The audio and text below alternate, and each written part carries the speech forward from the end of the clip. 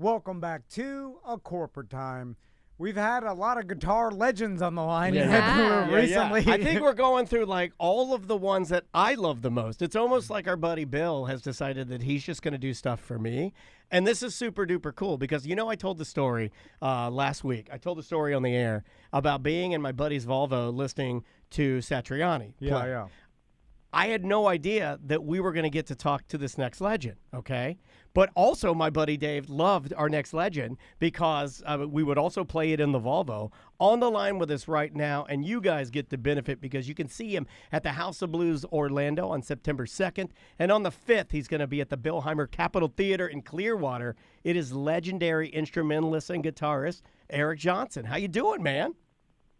I'm good. How are you doing today? Really, really good, and it's just like unbelievable that we get to talk to these guys that were so instrumental in making guitar. And I didn't know this as a young man, but I had no idea that I always thought you had to be a singer. You don't. You can literally be a guitar player, top tier guitar player, and have your band and dominate the world. So hey, thanks for the time, man. And how are things? You released 2 new records in the middle of the pandemic. I mean, tell us a little bit about that. Yeah, I did. Well, our tour last part we got canceled, and then I just came home and started looking at all the unfinished tapes I had, and I thought, I'll just try to, make something out of all this stuff, and I just ended up going to the tape library and finding more and more and more stuff, and so I just ended up putting together what I thought would make a nice record, but it kind of kept going, and it turned into a double record. Yeah. I mean, it wasn't originally planned that way, but... Are you the type of writer where you have like a home studio? Because I'm trying to paint the picture in my brain. Do you have like a studio where you have like all of these unfinished songs and there's like 10,000 of them and you can go there and pick one and finish it? Or do you have something like that? Or is it a little less, like maybe a little more casual, I'd say? No, it is kind of like that because a lot of times when I record a record, I'll end up recording as much as 2 records, and then I just try to choose what seems to work for the record, and then I end up having this stuff that maybe at the time I thought was not right, but sometimes when I go back and listen to it, I go, oh yeah, actually it was pretty cool. Yeah. Okay, kind of weird that way. Eric, I'm curious because we were talking to Joe Satriani last week about his fingers still becoming shredded after shows, and and they pick and they choose when they want to break down, right? I was just surprised that after so many years of playing guitar, it doesn't, his fingers, they'll build a callus, but they'll fall off and then get all red and irritated. Does that happen to you too? Oh yeah, definitely. Yeah, it can definitely happen. Yeah, it especially when you're on tour and you're playing night after night. It just can kind of wear out your hands, but somehow or another you kind of just play through it, and I'm surprised. Do the best you can, but yeah, it can get bad sometimes. I'm surprised they haven't invented. I know some people put super glue on their fingers and things like that. But we've all heard all of the little tricks that people say, but what's funny is, you're right. There isn't they haven't tackled this because maybe it's not something. Does it change the feel? It would change the feel, right? Like so much of what you do is based on your relationship with your instrument. Like the bends, doing bends is what Joe said really tears his fingers up. Same for you? Yeah, absolutely. Yeah, night after night of doing that, and it's super glue is definitely a very handy thing. That's crazy because I've done it one time. I did it one time as a drummer, and it burns like crazy, man. I don't know how you guys do that. Oh well, I don't know. I guess it burns less than having to deal with the pain of the finger and stuff. So true. Eric, how big is your guitar collection? Because in my mind you have some rooms full. There's a warehouse gigantic. There's 80,000 guitars is what I picture. Well, it's not that big. I've actually got traded or sold off a lot of my stuff. So I'm probably like half of what I used to have, and it's really not that much. It's just I try to keep stuff that I use, and if it's something I'm not really using, a lot of times I won't keep it. Do you have one particular guitar that is like That's the guy. your favorite, or like it's got some historical or Sentimental. some sentimental significance to you? Yeah, I have a wonderful Martin acoustic that my father bought for me many, many years ago. It's very sentimental to me.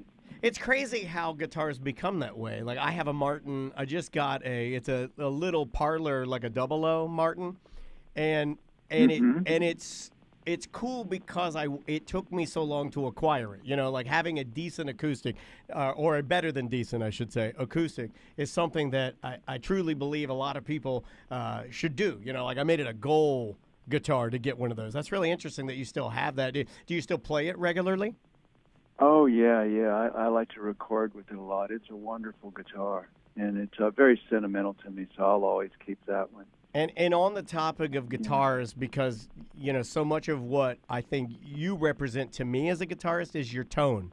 And so many people, single you out as having such an extraordinarily good and unique tone. You know, I've heard some people like Rick Beato and other people that I've watched interviews with you describe it as sounding like a violin, and how, sometimes a guitarist can become almost obsessed with their tone. Is that something that you still struggle with, or are you so good at being able to dial it in now that you can instantly acquire the right sound for every night when you need it? No, I still struggle with it now and then, trying to get it together. Yeah, definitely. But it's an ongoing process. But I don't think I struggle with it as much as I used to, because I've kind of figured out certain things at work.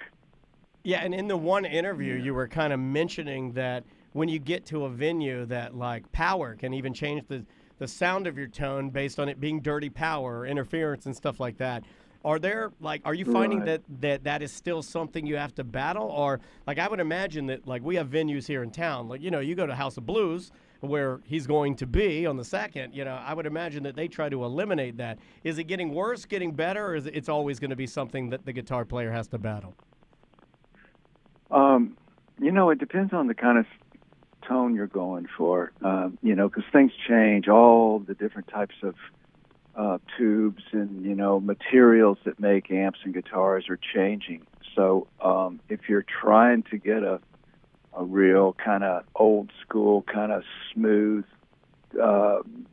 natural, organic tone from years ago, it is a little harder now, because there's companies that really watch the impurities in metals and plastics and everything, and it's really for the goodness of the planet, but it does affect the sound. And I wouldn't say it necessarily makes it worse. It makes it different, and when it makes it different, conceivably it makes it harder to get that particular sound that you used to get, if that makes sense. Yeah, it totally does, because we kind of have a problem even with our studio that we're in right now, in that a lot of the equipment that we use, because we've been a podcast for so long, and I think you have this problem with a lot of your pedals, a lot of the board that we're using right now that I'm talking to you through is no longer made by Yamaha, right? And it's so great, and I love it so much. But if I had to get another one, I would have to shop used across the globe to find one. Do you end up having to try and track down tried and true equipment that you've loved, or maybe something that you use in your pedal network to get a certain sound because they just don't make it anymore? Yeah, absolutely, because I use mostly old. I use new guitars, but I use a lot of I'll use a new guitar, but I use a lot of old amps and pedals. Sure. Yeah. Eric, I got one last question for you, and this may be a stupid question, but I'm curious, and I just thought of it, where sports stars do this a lot, where after every game, they take their jersey, their shoes, anything they wore in the game, and then it instantly becomes way more expensive, and because it's game-worn jersey or shoes or whatever, and buy a star athlete. Yeah. Like, do you ever play guitars just like someone hands you a guitar, like, hey, I just need you to play one song with this guitar. Or what about the guitar picks that you throw Yeah, out, right? just so people can then, or like, sponsors or you yourself can. Touched by Eric Johnson. Or Right, like played right. by Eric Johnson one time, and then the value of that guitar went from, I guess tenfold, right? Sure, Like, sure. so does that ever happen where you're playing some random guitar every once in a while just to, hike the value up of it for resale or for a sponsor? Well, I try to avoid that. I don't really subscribe to that. If it's for a charity, Sure. then yeah, that's fine. Charity's great. You sign something, or you take pictures, or it may be something that you actually use. But otherwise, I try to avoid that. Because it's cheesy, right? yeah, it It's not- is. yeah, It's it's a not, little everything's cheesy. not Well, for the it- dollar. That's how I think. I'm sorry. Yeah. I mean, I guess if it's an instrument you really used for years, and there might be for certain musicians there might be a certain thing about that that's cool. I mean, I know myself, if I had a chance to buy one of Jimi Hendrix's Strats, I'd be like, Yeah, of whatever. course. But, Yeah. I mean, that's kind of, but they'd be $1 million. You know what I mean? It's Right. Like, so, but I don't know. I mean, just because somebody played a lick on something, I think I don't know. I guess it works for some people, but I would rather do that with a charity. Sure. Yeah. And No, you're but- also the type of person, too, I feel like, and I'm overreaching here, but like just by hearing your demeanor and seeing you play throughout the years, you're always so humble and kind of just like, yeah, man, this is just what I do, and it's not a big deal. And I love that because I think most people wouldn't be that way, Yeah. Hey, we can't thank you enough for the time. We hope that all of our listeners will go out and see it Oh. at the House of Blues Yes. Orlando on the 2nd. On the 5th, you're at the Billheimer Capitol Theater in Clearwater. And Eric, thank you so much for the time, man. We hope to get a chance to talk to you sometime soon. You're most welcome. Thanks for having me on, and you all have a great day. You Good too, job. man. All right. A nice gentleman. He is a So very sweet, nice, these very guitarists.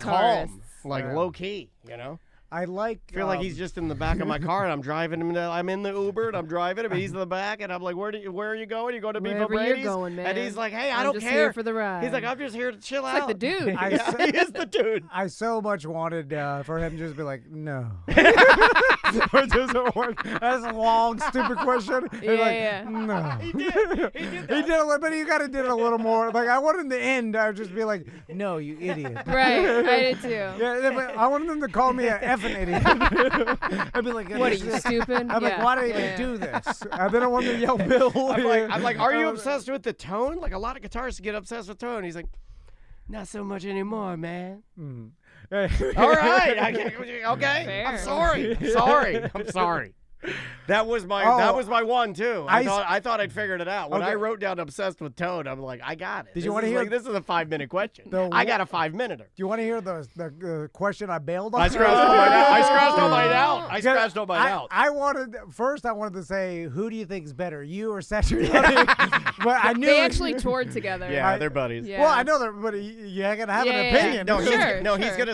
gonna say Satriani. Like if someone asked And me, Satriani's going to say, that's how they are. They're both like, those are two of the nicest guests we've ever Very had. nice. I don't think they'd ever say anything even remotely negative about the other person. well, that's not that it's negative. It's just who do you think No, is they better? won't- They would won't say that. probably They won't say not that. give an I know. answer. It would be like, well, Joe's better at this, but Yeah. I'm better at I this. know. Correct. You know what I that's mean? that's the part that's complicated. I want just him to say, me, I'm better. I'm the best. You wanted the MF. best? And then I did like the got question. the best. Hey, Johnson, Satriani, whoever you are, do you ever sell any of your guitars for an extraordinary amount of money just so you can take advantage of the public? Tom Van Air. I like that. I can't believe you I asked finally that figured man you out. that. I liked it. You know what? Yeah. You saved the interview. You asked the knocked him out. hard-hitting question. It knocked him You around. knocked him around. He's like, oh, He's the sweet Texas man, and you slapped his face, and you said, "Hey, you ever take advantage of people with your guitars and your extreme talent? You ever sell some schlub one of your guitars for like $1 million because they're idiots?" Remember that young girl in Cincinnati?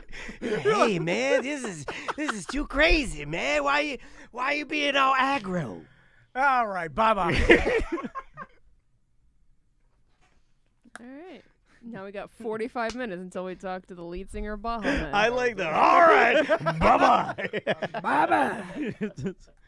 That was really funny. All right. Or we can do something else in between if you Yeah, want. let's start. Every question I thought he'd go a little further on, he did not, and I'm like, "You idiot!" Yeah. Well, at I this like that. point, No, I'm asking him wrong. I since gotta we're get better. moving Bart and Crystal, we'll need either a Friday 1 or 2 because I doubt we're gonna get 40 out of the Baha Men. Yeah. That's why I figured let's do 30 you said minutes, or let's at least do 25. You want to do Friday 1 or you Yeah, want to do Friday 2? Friday 1. Okay. Let's start off. So Friday is what date? The 1st, September 1st. What we just did was for Thursday 2, though. Eric Johnson, Thursday 2.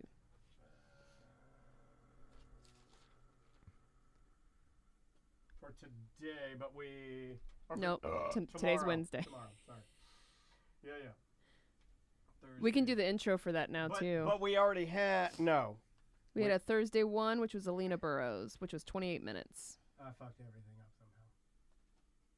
I think. No, I did it. I did it right. Hey, I did it right. This computer is laggy, dude, on its on updating shit. I'm gonna have to figure that out. Tom is not losing it.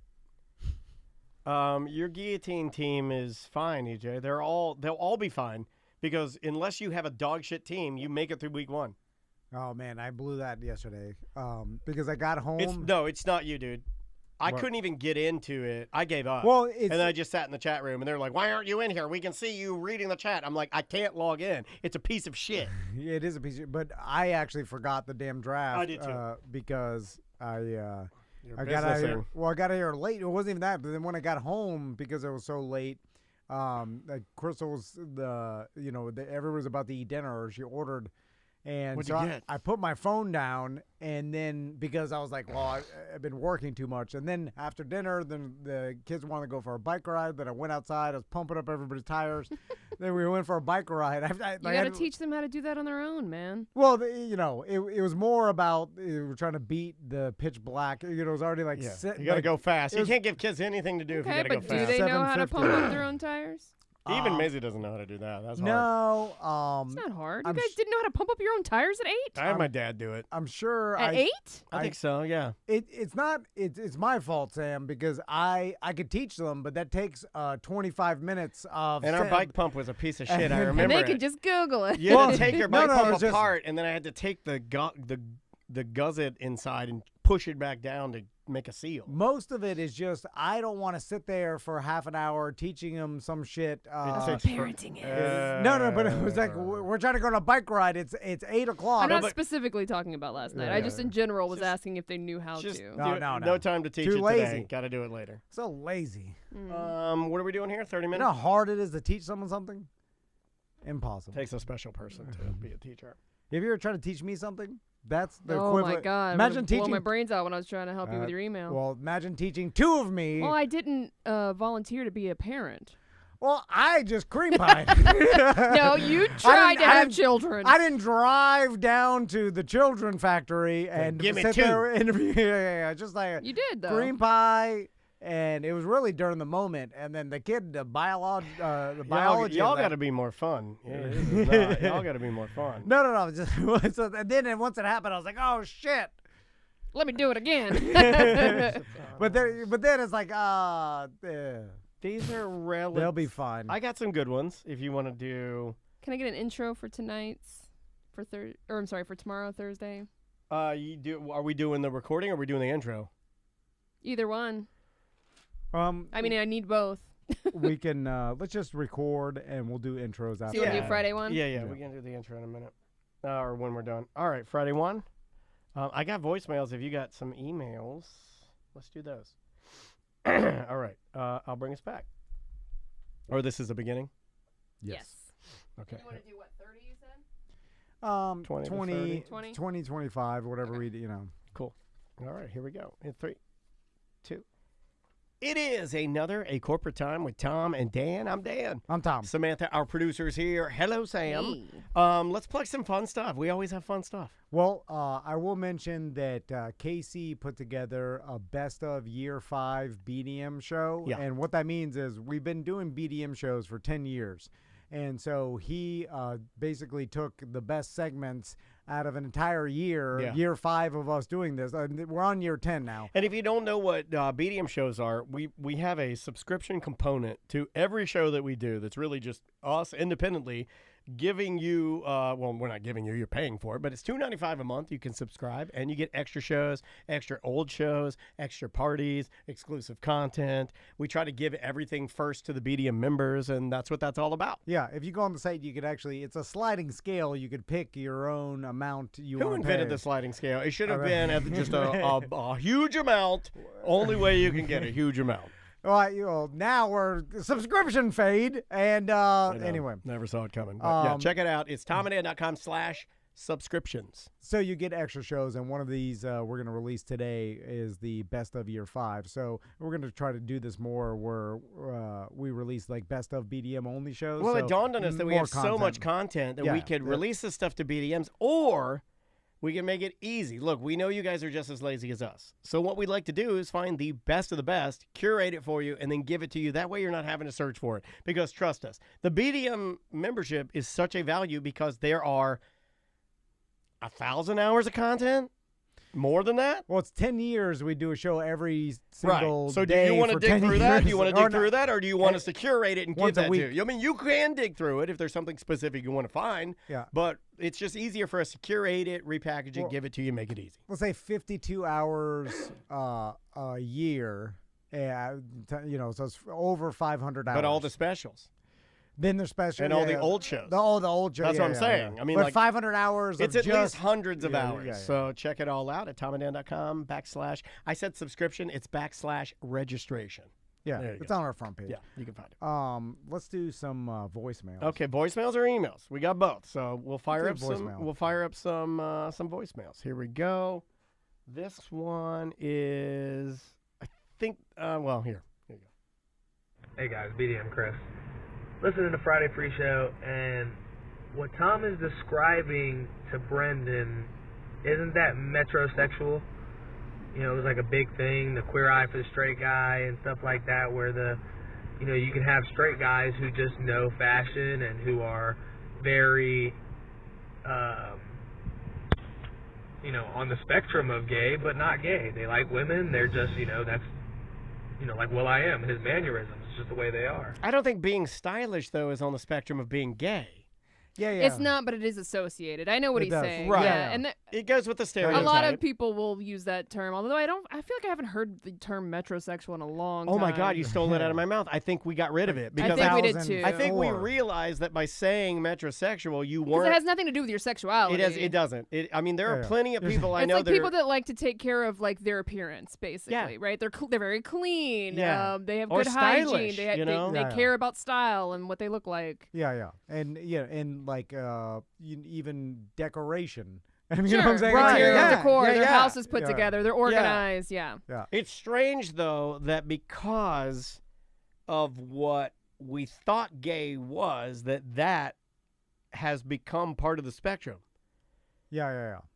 You see what I'm saying? Like it's not. I don't think, but it's just I guess associated it with. It's associated. It's a stereotype. It's a stereotype. Yeah, it is a stereotype. But which are mostly right. Not always. That's it's not always, but I mean, if you're trying to win and you have to guess, I always go on that. I always look at it like if you have to win and you had to assume if something. I'm putting my money on one side of it, Exactly. But yeah, it's funny how that's kind of gone away, because you do see a lot of. It's pretty outdated, right? It is. So. It's funny how quickly that term dated itself, right? That's weird. I've never really thought about that. Let's try this one from I believe one of our overseas listeners, unless you have something you want to say. No. Okay, I thought you had a thought. So you guys mentioned F1 on the show recently, and I actually went down to the race in Miami a few weeks ago. I wasn't planning on going originally, and I remember Tom said something on the show, something like, you're never going to look back at something and be glad you didn't do it. So I took that to heart. I've been trying to live more like that recently, and I got some tickets and went down there, and yeah, I had a great time. I loved it. They build the track around the Miami Dolphins Stadium, so that was interesting to see for sure. You were saying how it looked like a expensive, high-class sport to follow. I got the bottom of the barrel, lowest, cheapest tickets, general admission for 3 days, and just to get in, and it cost me $600. So yeah, it was a bit of a stinger. Holy crap! I was right. Stereotype. Well, my buddy Fernando, like some a customer that's rich of his, because he's a GM of a restaurant. For GA? I saw Sam's wig go boop, boop. They gifted him tickets, and they were like $380 a piece for like one of the days in some area, you know, that, and like it was crazy high price. And I don't know if you ever been to the Dolphin Stadium. Nothing good around there. It's just like, it's not, you know what I'm saying? You took me the wrong direction. They haven't renovated it? It's not nice? No, it is, but I'm just saying it's not around like, the area. You're in Broward County, basically. You're like north, so it's not like you're in downtown Miami, South Beach. You know what I'm saying? Like, it's sort of like the Mecca of Miami is like, you know, the stereotype of what Miami is. Is like, they built the stadium out north. You know, is it like what? It's a Hollywood. Is it sort of like when the three of us went out to the Players when we were working with those guys? Remember the Arnold Palmer? Remember when we were working at the Arnold Palmer Invitational? Yeah, Is it like that where they come to town and F1 comes in and they build a city? Yes. And then, I would love to experience that. Derek That sounds very. It's not something that's even on my dance card, but it sounds like something I want to go to. Just to you can spend, from what I understand, you can spend like a whole day just on like one side of the town and not see everything. And then like that's why they have like a whole week of it, I think. And it's just like what? Installations and things you can see. Sponsors and cars and models stuff, and behind the scenes stuff, autographs, meet and greets. That's pretty cool. The merch, the food vendors, the whole thing is like, you know, giant. And then the opulence of everybody, the rich people, like you can see the celebrities over in the pits, and you can have the old fashioned in the air conditioned lounge. You're like, there's Mike McDaniel walking around, the coach of the Dolphins. You know, like, and then a celebrity saunters by. Like, is that Freddie Prinze Jr.? You know, like. But you're sorry, that's the only person I can think of. But it is like $600 to walk around an expensive carnival. you know, it's like, and then most people I feel like go for the opulence, not for the race. And then they have no idea what the hell is it. They're like, well, that's NASCAR, right? I mean, isn't that NASCAR? I feel like most of the people, like, especially on the infield. I mean, most of those people are just a lot of those people are to be seen. A lot of those people are like, look at my truck, look at my wife's boobs, look at my kiddie pool, look at my flags. Any NASCAR race that we went to and we were partying in the RV, it was just drink beer in an RV in the infield and wander around and talk to people. I couldn't tell you who won any race, and I probably did that 6 times. You know, you look at the race a little bit, but then it's like you're back to, I mean, we're not the enthusiasts, but that's how they make their money, off of just people wanting to be involved in the spectacle. And I think, you know, that's the majority. Like, how many actual people that go there are diehard F1, follow the races, know the points? Like, how many people, if you ask them, who's the points leader, couldn't tell you. Some Italian guy. You know, I would say an Italian man. You know, I think if you're 20%? Spending that kind of money, though, this guy knows. You care. Oh, you want to hear something super creepy? Remember my little house that was Studio One, was A Mediocre Time with Tom and Dan Studio One. It was over right behind Park Ave CDs here in town. That garage, when we bought that place, I like did one of those things where you like kind of peek in the garage. You know, like when you see it, you like walk around, you look at it, you're like, this is a nice garage. No big deal, right? So we get the house, we buy it, and then when I get to the house and we're loading everything in, you and I use the garage a lot to load in. You remember I had the pod and everything? Yeah. When I opened the door to that garage, the guy that lived there was and I didn't know these people existed. He was fanatical about F1. Every inch of that garage had posters of cars and different drivers and autographs and all of this stuff. I mean, hundreds of photos. It was crazy. I feel like F1 is really starting to like hit the mainstream recently. That Netflix documentary I heard blew it up. Like the series? Yeah, the series. Okay, yeah. Right, the reality show, you mean? Yeah. Right. Wasn't Sylvester Stallone in an F1 movie where he was like a driver? Could you look that up? I want to say within the last 15 years, there was a movie that I remember. It was like Driven. Yes. That was 2001. That was a long I missed time it. ago. God, I missed it. I missed 20 years off. I was 5 years off. I said 15 years. That was peak Stallone. That was peak Stallone. Yeah. That was right what was after it about? Cliffhanger. What was he? Was he an F1 driver? Let's see. He's a little guy, right? but too wide. You don't want to be wide to get in the car. Those guys are like horse jockeys. Yeah, they're tiny Italian men. Tiny Italian with men. tiny little feet. A tiny Italian This is man. a young hotshot driver. what no, does I that think, mean? No, I think that he was the old driver. Like there's a kid, I think, in it who's like the young new guy. So like, is that like Gran Turismo, what they're doing now? Maybe. Well, the Gran Turismo, that's a whole different racing Yeah. series. But that looks So they good were- there was an F1 movie that Damon and someone else was another star. Was Matt in. Damon? Yeah, you Matt mean? Damon, and There there was Damon Johns. no, I mean Matt Damon. And then someone else was that. God, who was it? Come on, Brad Pitt.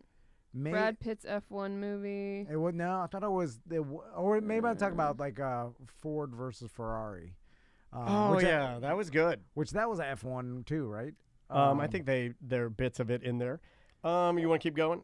I heard, yeah, those F1 cars, like if someone gave us $100,000, we could literally just drive it down the street. Well, I don't think we could even get it out of first. I don't think you'd know how to use the controls on like the steering wheel. And just like it's all push button transmission, right? Isn't it? And I think just like trying to, feather the clutch and the gas enough to get it out, you know what I'm saying? Yeah. Change the gears. It's a finesse so thing, complicated yeah. that I don't think a normal person couldn't do it. I also think it's almost like having a hair trigger on a gun or something. It's like you have to know the feeling of it, and you have to be in that world to even. It could be extremely dangerous to just stomp on the pedal of. How many horsepower is that? It's insane. These dudes have been racing go-karts since they were 3 years old. And, We have a decent amount of BDMs in our chat room that we stream every single day. Twitch.tv/Tom and Dan Live or at Tom and Dan Live on YouTube. People that follow F1. It's got some juice behind it, man. People really like it. I would go. Let's check in with everybody's favorite pervert, Kenny. Tom and Dan and Sam. Hey guys, it's Kenny. Suggestion for Randy, Stankonia by Outkast. You should definitely listen to that top to bottom. Just wondering if you guys happen to know of any songs that do the hooah in it. That seemed to be like a late 80s, early 90s thing that people who were trying to sound hard would do. And just in the middle of the song, they would just go, hooah! And I distinctly remember New Kids on the Block doing it in their song Step by Step, but I know that there are a few others that did it, but just didn't know if there were any other songs that pulled that off, because, you never hear a good hooah in the middle of a song anymore. All right, guys. Love you. Bye. Is the hooah a thrusting hooah? Is Yes. it like, hooah? It's like you're giving it Or to is her. it like karate? Like, whoa.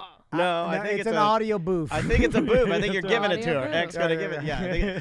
I think you're putting it. You're putting it. You're putting it. You're thrusting it. You're thrusting it. It's an audio thrust. It is. And It's you expressing to the world I'm what you're thrusting you. doing Yeah. with your abdomen. Yeah. So if you do this, you have to go. Yeah. It's not the same if you do it silently. Yeah. You do it silently, though. How do you thrust silently? Or do you do a hooah in your He goes, mind? Yeah. You hum. You can't do that. That's a strong, violent thrust. Yeah, I'm not and doing that. Normally, when I feel like New Kids, I feel like also Marky Mark and the Funky Bunch may have done a hooah. I feel like you grab an imaginary ass, Oh. but in order to be not too crass, you close your fists, right? Because you're not an animal. Yeah. And when you pull back as if to like a lot of Bahamian men dance like this. There is a style of booth dancing that I'm into, where I've seen that. island men and women, people in Antigua, I believe, and like in Caribbean discos across the Caribbean, you get your wife to slam her ass into you. Oh, What- we're talking to Dyson about this. yeah, we should. What We is the should. booth dance? Yeah, what is the booth dance? Sam, are you familiar with the... Like dance hall? No, it's a violent. You are.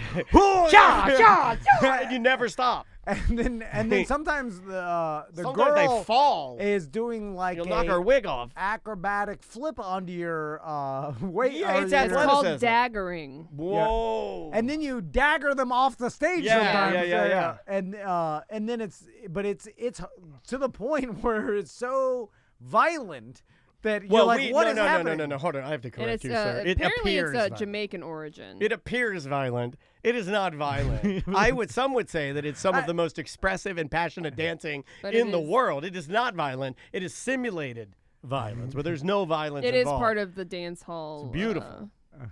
It's a beautiful art form. But they'll boo. They'll Yeah, boo. I from go off out. stage. What would you say if you're Friday after the Friday Free Show at TomandDan.com? I'm doing the normal chirping. I'm like, Sam, you got plans this weekend? She's like, yeah, we got some stuff to do. I'm like, what are you doing? Like, you're going to Satellite, and then you're like, I don't know why you said this because you normally don't, but you're like, well, what are you doing, buddy?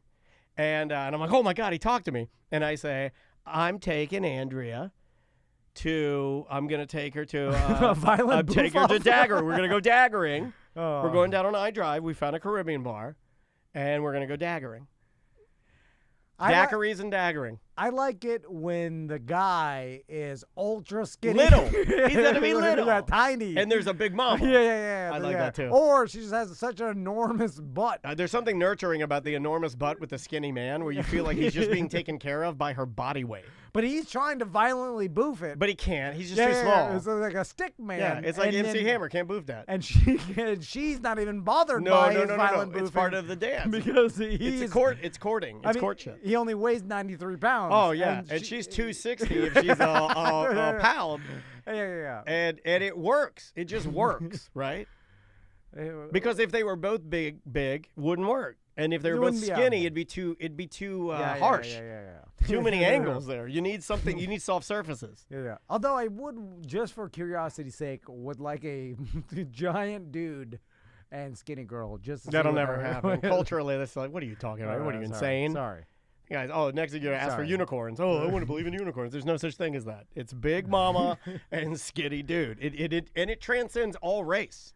It's not a racial thing. It will be in the white community. It's big hillbilly with skinny dude. It's what happens. Sorry. Let's try this one right here. Hey everybody, Hilton Head BDM. I think I got a good one. So I'm rewatching The Sopranos, right? And almost done with it. And two things. I have so many people that I know that are rewatching The Sopranos. What's going on? Never saw it. It's good.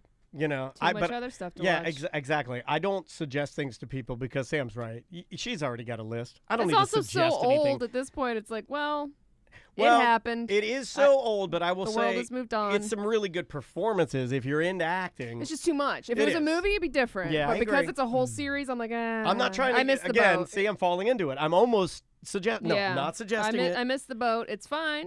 I'm sure it's great. God, I do that with a lot of things. where Don't I'm go like, back and watch it. Here's why. I wasn't gonna. Because I was I not literally I just was said. not suggesting it. I believe that even though I watched the whole Sopranos and I think it's You don't really think it holds good, up? I think it would be, but I'm biased because of nostalgia, which I believe That's what I mean. Yeah. plays into a lot of the rewatch. Dude, it plays into everything. Because I feel like there's some comfortability for people when they rewatch something and they'll forget. Like I It's want a comfort show. I want to go back and watch Game of Thrones again because when I first watched it, we were binging it.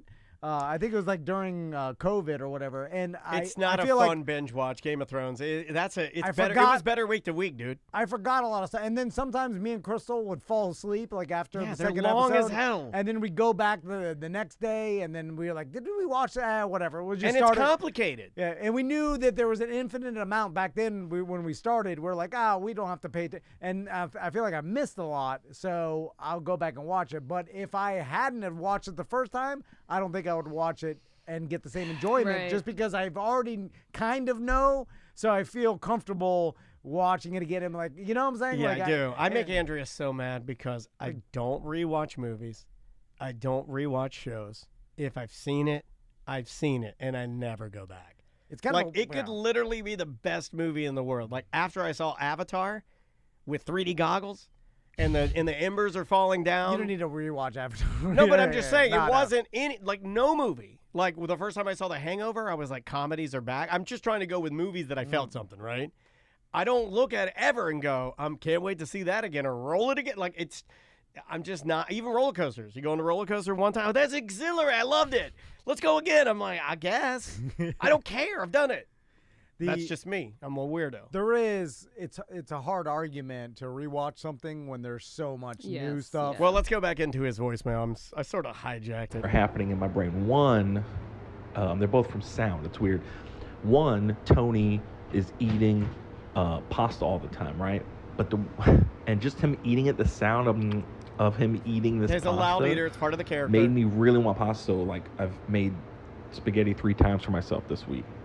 The other thing, though, at the same time, is like in the show, like Tony hooks up with like the hottest girls, but every time he's like about to, like, you know, he's flirting, putting on the Riz. He's like, you know, making all these noises with his mouth. When he breathes, you can hear him breathing. Oh, God. And he's all sweaty and stuffing gabagool down his mouth, and it's gross. And he's all gross, and then the women are like, yeah, you're gonna get it. That's just disgusting. Yeah. I don't know what you were going on about with the last part. What are you, some sort of pervert? And also, do you know how rich, powerful men work? You can be disgusting, and women will still bang you. It's from the beginning of time that the kings were big, fat, disgusting Here's slumps, what and they'd have a hold on. concubine. Here's what I would say to him. Remember, this is Mr. 3 Fans that got mad at us because we called him out for having 3 fans. If you don't understand why disgusting men can sleep with hot women, you're probably disgusting. Yeah. If Tony Soprano wasn't rich and the leader of the mob, then no one would be attracted to him. Let's keep moving through. Also, these. there's a lot of it was prostitution.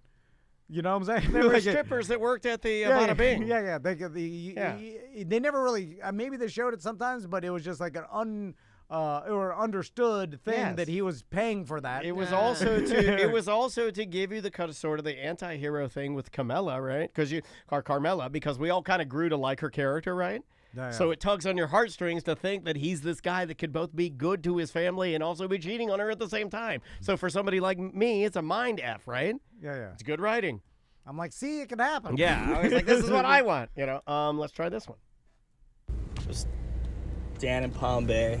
You were talking about Max's and Tommy's school, and you had to fill out all the papers, and when you were in the corner, all that stuff. But I was thinking about it, and you had to fill out some papers.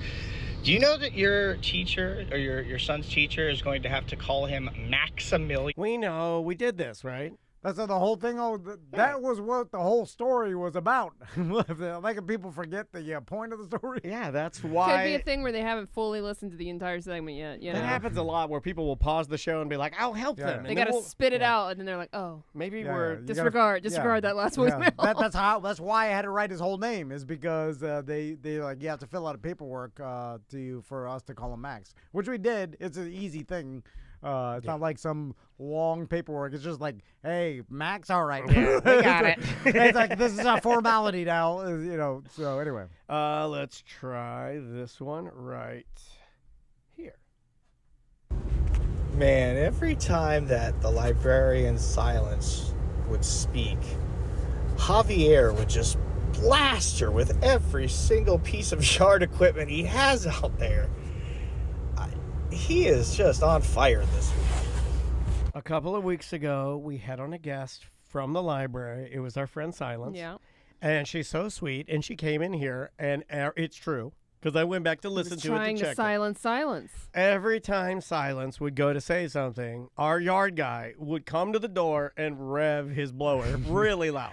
Well, it's not ours. It's the community. I like to paint the picture, though, so people think we're more powerful than we are. But also, I've never seen him do something that we needed to do. No, I've never seen leaves up here. Yeah, it's like I want to point that out. That is the cleanest. It's always looked He clean. just blows our mat out. Yeah, he around blows here. our mat into the street, and I got to go get it. It's because they have to, there's no incentive to get it done fast, so you just go walk down the sidewalk, Right. blow in anything, little leaf, the one tiny leaf on the sidewalk doesn't need to be blown off. It'll be fine there. It'll eventually just make its way over to the grass. It's no big deal. Now, what they will do is they'll wait until, like, maybe I've washed my car and I come back here to do something, and I'll pull my car up here, and then they'll blow all the leaves onto my car. Which I'm like, well Your- played. Your association fees are paying that. Yeah, I know, I know. And then like whatever company, they're not going to suggest Brightview. It's Brightview. They I'll need say the less. company.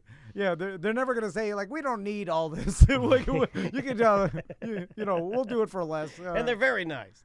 Do we continue? Keep going? I think okay. Let's take a break. All right. When we come back, we'll talk to one of the Baha Men. We can ask him How about did you- daggering. How did you do this? Can we talk about that? Do you think daggering is in the Junkanoo I don't know. Caribbean community? We'll ask him. And just because I've pre-plugged this, Yeah. it'll never happen. Yeah, this guy's not calling, For 100%. sure, he'll Damn never it. call. Yeah, we'll be back with Alt. What's his name? Dyson. Dyson from the Baha Men. All right. My brain's starting to shut down for some reason. Well, it's Getting old. end of the day. Getting old. We've done a lot today too. Where does this go? That's Friday 1 now. Remember, we're redoing Right. Friday. Right. I got something. We should go back except that I get the most condescending. Okay, well, I gotta tell you. Friday 1. I'm going to keep it in Friday and then move the other one, okay? Okay. Because it's in. Yes.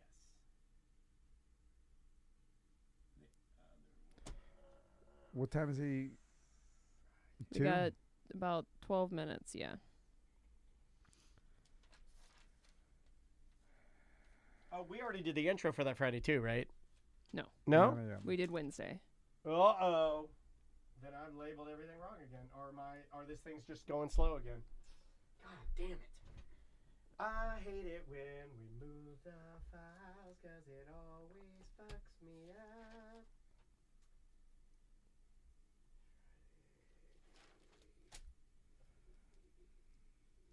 Then I must have saved that.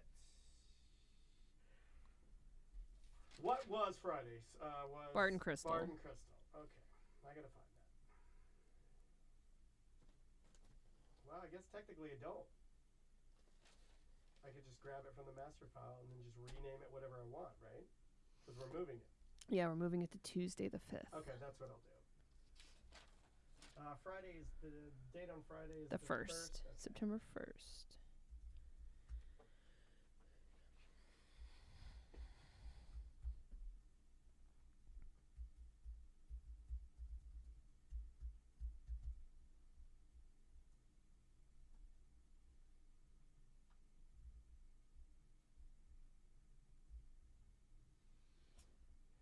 I don't know why this does that.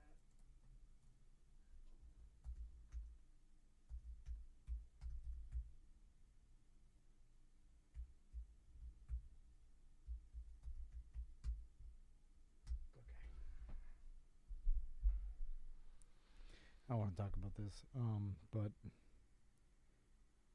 Is it something you can save for either tomorrow or Friday's show, since we're doing a BDM tomorrow? or yeah, Friday? it's Write just- it down so you don't forget. It's not really. I mean, we can do it. I mean, we have 10 minutes. I mean, But if you- again, we're going to blow material, Yeah, and we're that's already true. way fucking ahead. We already have half of Tuesday done for next week, and all of Monday's done. Gotta All right, be we'll- smarter. I know you want to Save get it this. out, but Yeah, we'll save it for tomorrow. I get a I get a wrong text like, "Hey, Ann, can you pick me up from the airport?" And then I said, people are mean if you. I said, wrong number, sorry. And then Yeah, they yeah. wrote some passive aggressive dickhead or bitch thing that I'm just like, God damn. I Maybe got I'm one. wrong. I got one back from a lady. I want to be like, fuck off, you piece of shit. I did that. let's do it. Yeah, let's see how far it goes. I can weigh in on this because I did it with Andrea in the car to Atlanta. I had the same thing, and where I wrote back to the person, I was like, and then when they wrote back to me, they were nasty. What is that? I don't know. But what'd you write People back? don't Were think you- it's. Well, I know. Were Look, you I knew shitty that. back? Well, you know what? I as I said that, I don't think it's very nice of you to already call what I'm saying into question with having no evidence of that. Let me see if I have it. No, I just said it was very similar to the same thing. I was like, "Oh, I'm sorry, there's no Justin here," or something like that. And she was like, "Well, you just called me, so what do you want?" It was like that. But then again, I don't know how they're saying it, you know? Did you hold on? Did they start the thing? Yeah, and then I screenshotted it and said, no calls here. And then they screenshotted it. I'll try and find it. And then they screenshotted theirs, and it did show that I called. And I said, well, I don't know what that is. And then they were really nasty to me.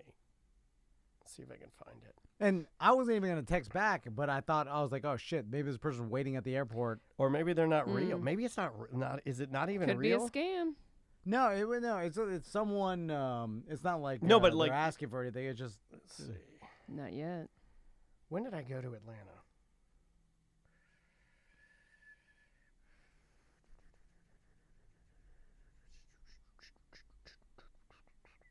Maybe I'm just reading it like because of my mood. I'm taking it like maybe that's what I do, right? Well, what's the response? Or do you want to wait till tomorrow? Yeah, just wait, wait, because I have a lot to say about that. I know I didn't delete it. This will be a Zoom, so. Oh yeah, I got it up. Yeah, okay. I just didn't, just in case he pops in there early, then we can get that over with, and then. You know what I'm trying today. Can I walk you through something I'm doing right now? Immediate anxiety in the test of what I'm doing. It's kind of interesting. So as I sit right now, I'm having to compartmentalize and push down feelings of anxiety because I'm having to relabel those files and they're not organized the way that I want to, but they're here. 1,000% nothing is lost. You see what I'm saying? Yeah. It's a fake. It's fake. Irrational anxiety. It's completely irrational. Yeah. Everything is there. Nothing. Everything's fine. Everything's fine. Well, then you suffer from irrational anxiety but about everything. But even as I talk it out, it's still giving me either goosebumps or little triggers here. I can feel it in my fucking body. It's fucking terrible. Yeah. It's stupid. It makes me feel like a R word. It's a disorder. No, it's just a disorder that your body's releasing the wrong chemicals at the wrong time. Oh, I got him. All right. Man, he's prompt. All right. Dyson Knight. Dyson, how you doing, man? Good to see you. Can you hear us okay? I can hear you fine. Awesome. How are you? Good. And yourself? I am excellent. We appreciate the time, man. We got a lot of questions for you, and this is super duper fun. And we're glad to have you coming back to Orlando. Tom's going to run and grab his notes quickly, and then we'll get going, okay? Okay, sounds good. Awesome, man. Thank you so much. Thank you. All right, Miss 15. 15? All right. It'll be about 15 minutes, so we'll go ahead and start right now. Okay, sounds good. All right. Tom, would you like to begin? Sure. Here we go. Again, 3, 2. Welcome back to A Corporate Time. With us on Zoom, he's going to be out at Epcot at the Food and Wine Fest. Yeah, I mean, one of my favorite things to do in Orlando. Yep, this weekend, September 1st and 2nd. It's Dyson from the Baha Men. How you doing, Dyson? Yo, I'm excellent. It's nice to be back here in Orlando. Nice to be back at Disney. Nice to bless the Eat to the Beat stage once again. It's going to be fun. Yeah, man. It's also, I would say it's quite the honor to be invited to the, you know, like you're not a schlub when you get invited to do Epcot. You know what I mean? Is like, that's top tier stage. They've had a relationship with Disney for quite a while. Yeah, all the way back to Hakuna Matata, but we'll get to that very, very soon. But hey, thanks so much for the time. And, you know, we were talking about, should we jump into what we were just talking about because it's top of mind and fresh? Okay, yeah. Okay, so we were talking about, and I don't know if this is in, like, the Bahamas really or anything. I think we trace the origin to Jamaica. But are you familiar with the dance style of daggering? Oh, I'm sorry. Don't get mad at me. And we got questions. Yeah, and this is not Disney approved. I am absolutely 100% familiar. Okay, good. The art form called daggering. Okay, the art form. He called it. That's what I called it. Yeah, it's an art form. That's exactly it's of the classic arts. It's of the age-old classics. Hold on. When did it start? Yeah, I mean, it is a. From what I read, it was around the early 2000s is when it became popular. But that could be incorrect. I don't know. Without even knowing you were going to be on our show today, we were just naturally talking about this. I don't know why the three of us, non-Caribbean folk in the middle of Orlando, are talking about this style of dancing. We brought up hua in songs. Yeah, but we brought up like expressive dancing and the stuff that we see because it does. I see it on TikTok all the time. Yeah, Yeah, and it looks so freeing, and it does always appear to be like a bigger lady maybe in charge and a very skinny man like launching himself. And I almost want to ask for a demonstration to be sure that you are sure of what you're talking about. I'll dagger Daniel. Yes, well, please do. well, you've got to dagger me. Okay, It's I will a dagger you. smaller. I will. Okay, The smaller person in the back. It's like a water ride. Okay, hold on. Oh, wow. Wow, this is the wheelbarrow. Okay, I need more cameras on this. This is the most insane thing that's happened in studio. Well, it's more violent than that. It is. You gotta dagger him off passionate. stage. Yeah, it's got It's passionate. I was trying to It's a give you my young man's dagger. game I here. have a very small dagger. See, I felt like I needed a pelvic thrust you Yes, up when you yeah. were coming down, but that's not how it goes. Usually the person's just sitting there, Yes. and then the guy is dagger crazy. Yeah, You yeah. know. So anyway, Sorry. we apologize. Yes, that one requires an apology.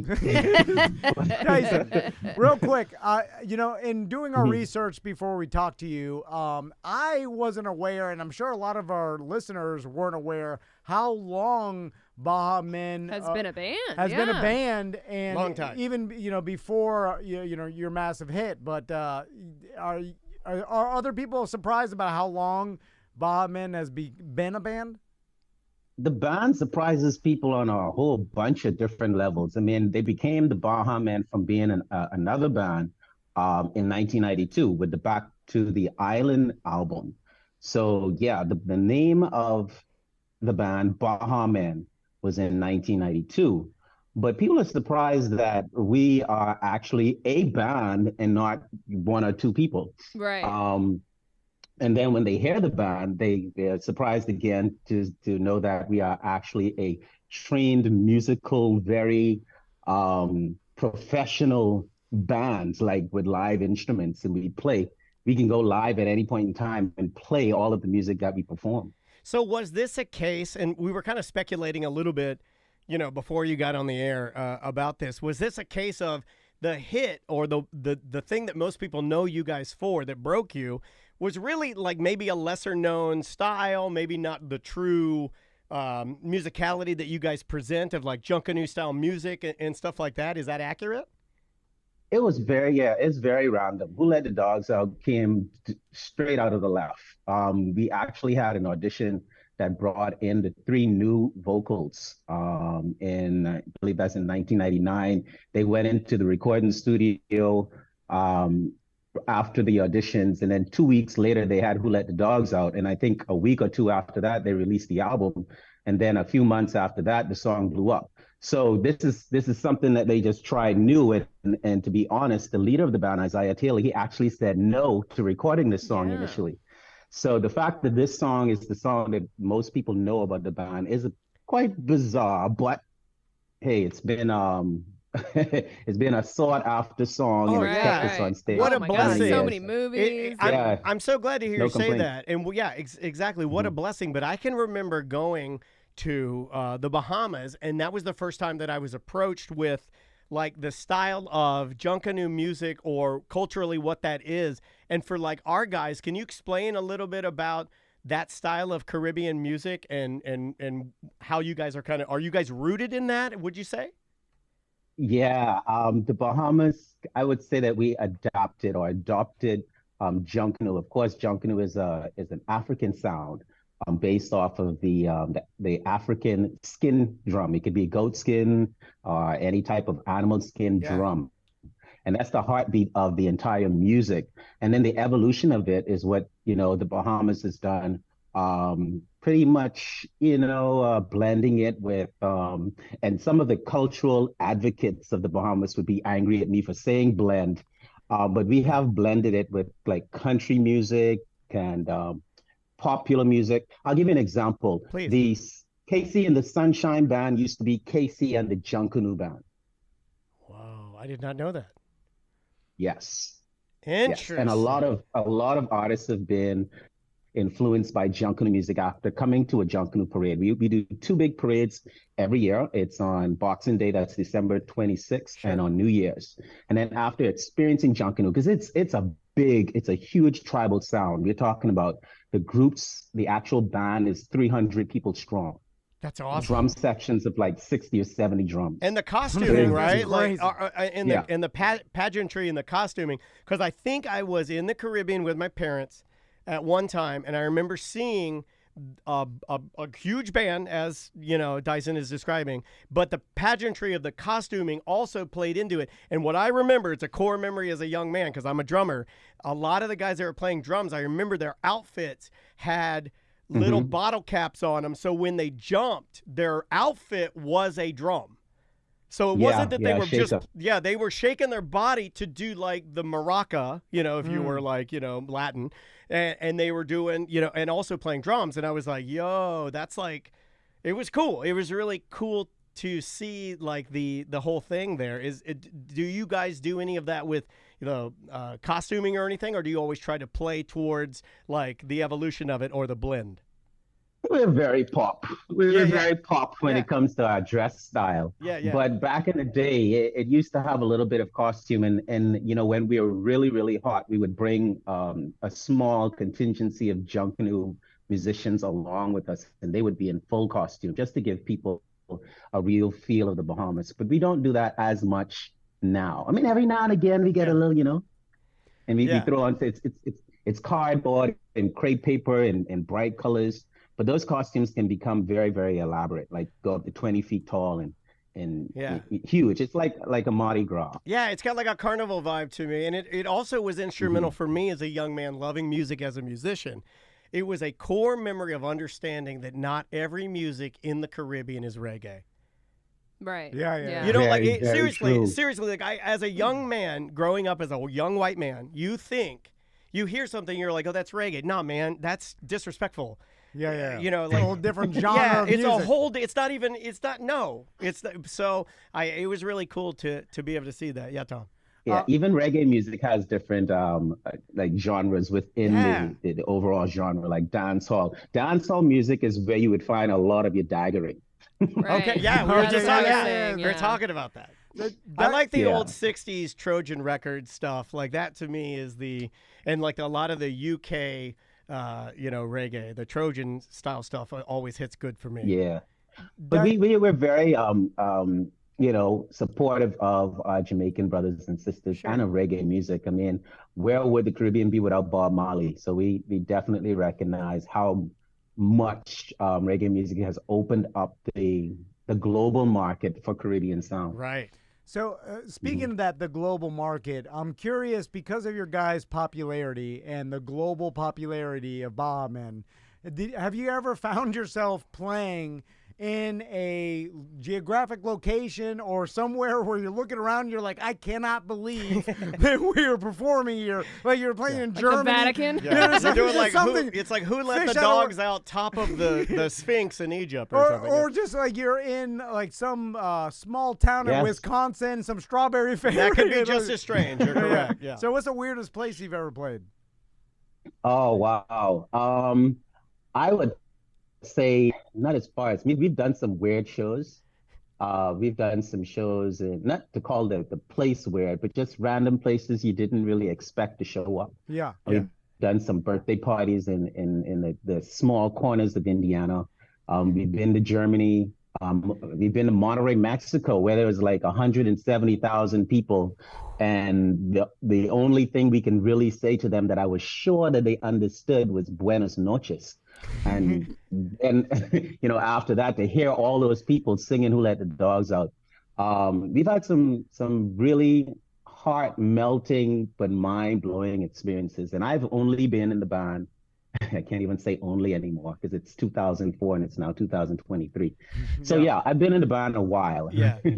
But it still blows my mind to this day to see how well received the band is performed. The last performance was in upstate New York. So shout out to upstate New York. It's a nice place.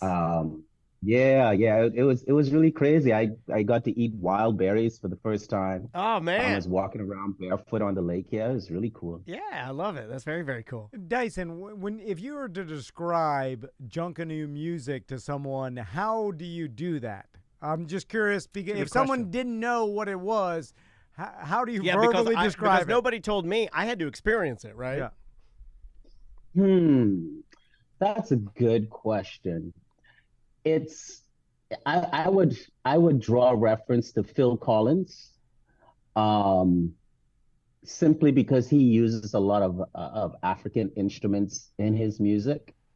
But I would also, it's still very pop lyrically, when you bring it to stage. And maybe I should point out that the Baha Men, the original drummer Mo, he was the one that brought the sound of Junkanoo that's on Bay Street. When I'm talking about the 70 drum section and that large sound of just pumping um, energy, he brought that to the set drums. And so Baha Men would have to be credited to literally bringing the modern sound of Junkanoo to the world. But we've had other artists like Dr. Off, and these are people that you can find on YouTube. Yeah. That had a version of Junkanoo that wasn't as, I would say, tailored as the Baha Men. So describing it, I think the best description would be to go to YouTube, BahaMenOfficial.com. There you go. There you And go. yes, and check out, listen to the drums of any of our songs, but mostly go back to the Island album, and you will hear a lot of Junkanoo in there. We did a cover of Dancing in the Moonlight that I love it. And there's a lot of Junkanoo going on in that cover. Cool. So that will be a song that I'd point a lot of people to. Go and check that out. I love it. Hey, thanks for the suggestions, man. That's exactly what we needed. Appreciate it. And I guess No problem. last question is, because we've talked to a lot of artists that have, they have one hit that everybody recognizes and knows, and that's always a sought after song. And Not everybody has a global hit either. Yeah, You yeah. know, the No, I fact know. that Germany Maybe not as knows big this, as and that, the yeah. Germans love to dance. I mean, yeah, the amount. I'm also fascinated with these type of songs that so many billions of people It's have lightning. heard. It's lightning. That I can't even comprehend how many people have heard this song And are hearing it right now. This is insane to me. But Like my daughter knows it. She's 7. I don't know how she knows it. It's like she was born with knowing it, right? It's that kind of song. Has there ever been a time when you're performing where everybody got together? You're like, we're not doing it Or tonight. you're like, the dogs are out, okay? They're out. We're like, we're not doing it. And then We're not letting them out. We're keeping them in tonight. Or do you save it to the end? Or like, I'm sure you have a specific place you put it in your set because you know that it's just so recognizable globally. Precious and they're cargo. Such an insanely popular song. Yeah. Yeah, I'll let you in on a secret. I'll let you in on a few secrets. Ooh. We never go into rehearsals without complaining about doing Who Let the Dogs Out. Never, ever. But of course, that makes you human being. Yeah, that makes you right. real. That's why we're like, we love the Baha Men. Right. But and then another thing is we dare not perform that song before the last song of the set. Because to do that song is to really end the show. Right. Not only because it's the biggest song and what everyone comes to hear. It's something about the same magic that made it so popular is the same magic that makes it hard to follow up with. Yeah, So sure. it's hard to have a song that follows that with the same energy, the same way it just all comes together, and with the crowd participation. Yeah. It's just hard to match that energy. Now, we would do encore performances after we sing Who Let the Dogs Out, but definitely dogs would end the show. Yeah, it makes sense. Gotcha, Because gotcha. at certain times, like, this is the business of it. You have to do it this way. Have you guys sat around and tried to analyze, like, why did this get so popular? Why did it blow up so much and still continues to this day to people be love it. popular? We only joke about it. There's a lot of things that just was perfect about it. It was timing. It was the fact that who picked it up first, the fact that it was perfect for the sports arena. It just had a lot. It had the perfect video. Boy bands was popular back then. The 3 lead singers were doing their thing with the music video, and then we had the right label with S Curve. And people Steve love their Greenberg. pets. I think people yeah. subconsciously love Even their though pets. it wasn't about actual Yeah. dogs. Seriously, I really believe that you said this, and dumb white people all across America were like, well, I love my dog. And then, she says, like, we're not that smart. We're all Well, it's just just so animals. versatile that you can use it, right? Because it can be used in any movie about dogs, any show about dogs. It could be used at any sports event that the mascot is a dog. Is there a documentary about it? There should be. There should be a documentary about it. I just saw that I believe it was the royal family on their Instagram channel. They just posted a bunch of pictures about, I think it was the king with dogs, and they're using Who Let the Dogs Out. That makes sense. It's so, The royal family. The royal family. That's crazy. Yeah, I mean, it is. It's so unbelievable that you have this experience in life that it's hard to even understand. Is it already in the Library of Congress? It will be. I don't know.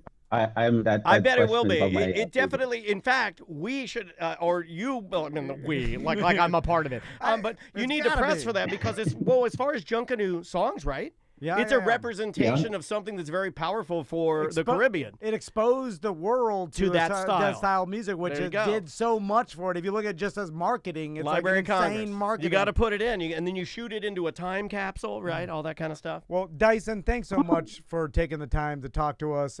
Again, you guys will be at Epcot September 1st and 2nd.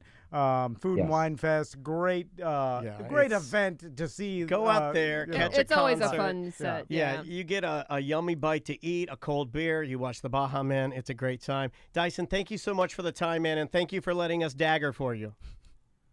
My pleasure. You can dagger together anytime. All right. Take care, man. Be good. That was really fun, right? Yeah. You know, I'm surprised you were doing standing push-ups basically, so holding your legs up. And then you weren't was a winded little after. impressive. No, I was winded. I was very. You didn't see me turn my mic off and die over here. I'm surprised because I would be insanely winded. I was super winded. All right, we will see you next week. All right, we did it. There is a documentary about Who Let the Dogs Out. Really? Ooh, Yeah. Came out in 2019. I want to watch it. It's only an hour. Oh, that's a great watch. Where's this go? That's Friday too. Because like for sure all those guys are like, oh, this fucking song again, Of course. But it's Again, they didn't even want to do it originally. Yeah. You know? it's a And cover. then that's what fucking I'm made glad them he huge. said that about yeah. the lead singer not wanting to do it. He's like, I don't want to do this No, shit. yeah. It's This on their fucking- Wikipedia. This is for kids. This is dumb shit. Yeah, It's but not for kids though. No, but it feels like Yeah. it. You know, it feels like it is. and it's just from doing it over and over for so long, you just get tired of it. Oh, course. my last but question for him, and I wanted to sing. ask this one. This one's also a little spicier, but like, I think the song "Your Daddy Is Your Daddy, But Your Daddy Don't Know." I think that's a Junkanoo song. Okay, yeah. Like, I could be wrong on that one, but these are songs that I heard just spinning. You know, when you live in Florida, you spend time in the Caribbean, and you hear that stuff. Well, that's the thing of like how would you describe it question, because I don't great know question. how I would describe Junkanoo to someone, because it's like I couldn't even start bringing reggae. it's into like it. Island of. It's like there's music of the nothing to do- people. No, this It's is nothing like, to do with reggae. It's like more upbeat. It's more of like a party music. it's everybody's playing because it's 80 people in the band. It's You like know? drumline party. I It's don't know. very New Orleans. I bet there's something Caribbean Creole there, because the second line they There's a whistle. yeah, all that stuff. Anyway, are we out of here? Yep, Or are we? we are. Yeah, just need interest.